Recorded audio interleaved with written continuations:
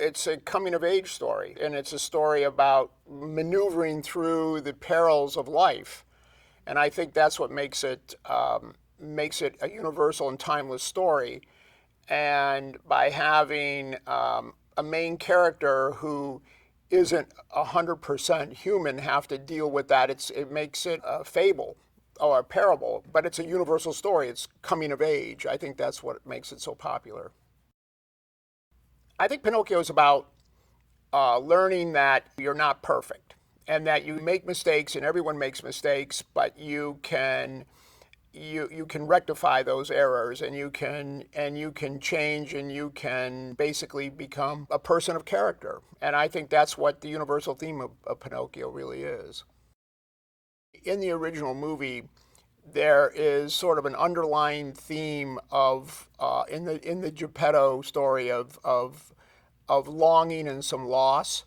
And in the original movie, they couldn't go into real depth with an animated character. So when we have a live action character, and then of course a great actor like Tom Hanks, we went much deeper in that story and put many more layers into what kind of melancholy feeling that Geppetto may have had, which spurred him on to want to create, I guess you could say, a companion, something that, an entity that reflected maybe some loss in his past. And so that's kind of what we layered in this version of the film.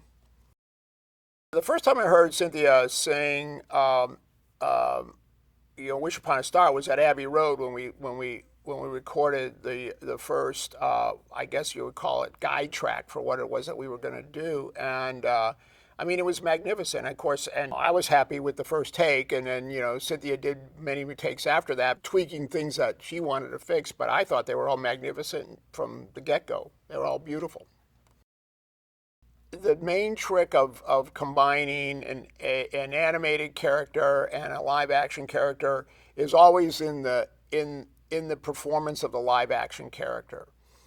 The live-action character has to absolutely believe that that character he's talking to or listening to is where his eyes are.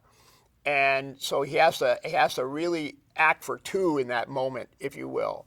And it's seen in the live action character's performance, his belief that the character is there. That's what makes it work, because you could have the most beautiful animation, but if it looks like the live action actor is looking through the character and not really looking at the character, then the illusion won't work.